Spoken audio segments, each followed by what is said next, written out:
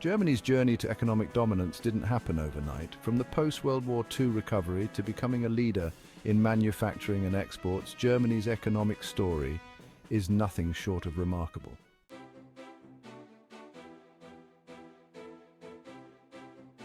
Germany, the fourth largest economy globally by nominal GDP and the largest in Europe, boasted a GDP of $4.08 trillion in 2021.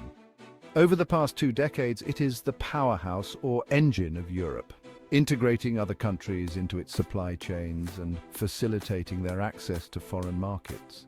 Books like Why the Germans Do It Better epitomize the admiration and lessons other nations sought from Germany's economic model.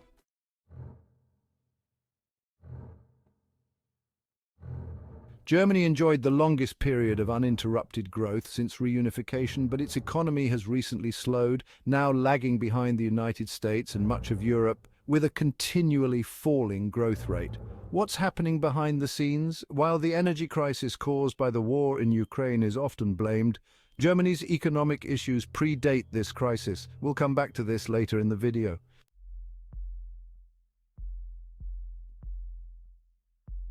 The Ukraine invasion highlighted Germany's dependency on cheap Russian energy, exacerbating existing economic weaknesses.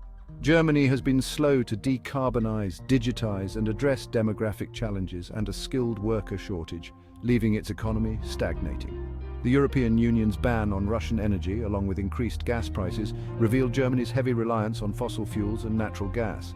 Before the war, about 55% of its natural gas came from Russia. But with the conflict disrupting these supplies and the Nord Stream 2 pipeline project halted, Germany found itself at a critical juncture. In response, Germany ramped up its imports of liquefied natural gas, or LNG, building new terminals and forging deals with countries like the United States and Qatar. At the same time, they're doubling down on renewable energy, investing heavily in wind, solar, and hydrogen technologies to secure a greener future.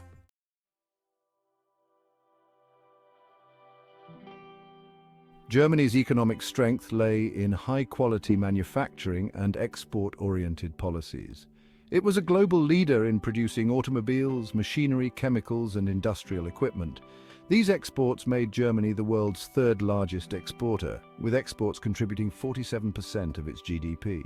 In 2015, Germany's trade surplus was about $255 billion, nearly 7.5% of its GDP, continuing an upward trend since 2000. In 2023, Germany's trade surplus had fell to $226.6 billion, reflecting a significant increase from the previous year, though still lower than the peak years before 2022.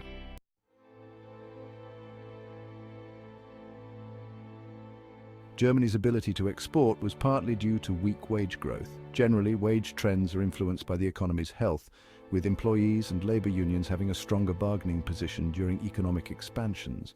However, in Germany, real wages have barely risen since the early 1990s, rarely surpassing 2%. This pay restraint benefited German exports but affected domestic consumption, which has been declining since 1980. Currently, consumer spending accounts for 54% of GDP, significantly lower than in America or Britain. Domestic spending in Germany, comprising household consumption and business investments, is pivotal for economic vitality. It's not just about what Germans buy, it's about how their economic choices ripple across Europe.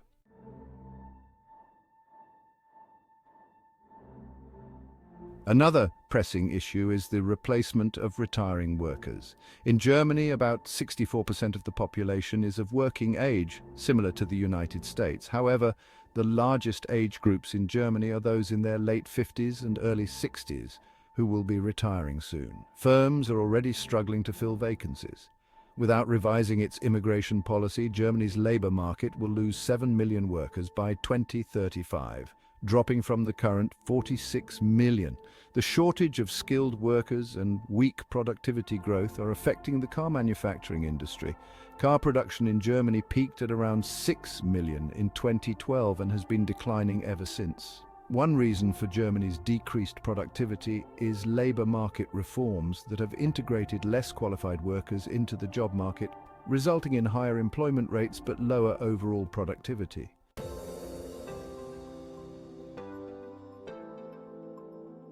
Productivity measures how much output we get from a certain amount of input, indicating the efficiency of resource use, like labor and capital, in producing goods or services. For example, if one worker produces more products in the same amount of time using the same resources as another worker, the first worker is more productive. Productivity can be improved through innovation and research and development, or R&D.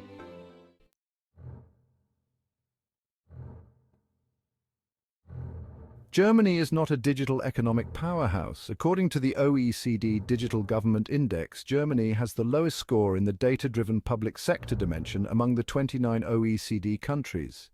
Digitization involves using technology to make it cheaper to store, share, and analyze data, impacting consumer behavior, business organization, and government operations. Despite multiple promises from various chancellors to invest in digital technology and skills, progress has been slow. Germany's public administration still heavily relies on outdated analog methods. For example, during the pandemic, health authorities primarily used fax machines instead of modern digital systems. Schools have outdated computers, and town offices offer limited or no online services.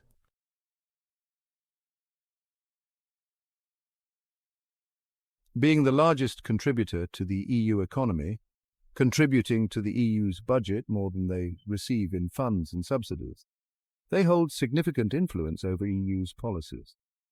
A recent example of Germany's influence through its Federal Constitutional Court, or FCC, over EU integration is related to the European Central Bank's bond buying program, known as the Public Sector Purchase Program, or PSPP. In May 2020, the FCC issued a ruling that challenged the legality of the PSPP, questioning whether it exceeded the ECB's mandate and violated the principle of proportionality.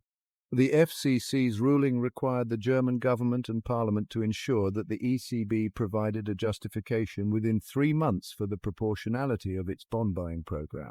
This decision sparked concerns about potential conflicts between EU law, which grants the ECB independence in monetary policy, and national constitutional principles upheld by the FCC. Germany's economic power stands as both a catalyst for EU cohesion and a focal point for navigating complex ethical and strategic challenges in shaping the EU's future. As one of the EU's wealthiest countries, Germany's contribution helps support cohesion funds, agricultural subsidies, infrastructure projects, and other EU programs aimed at fostering economic development across member states.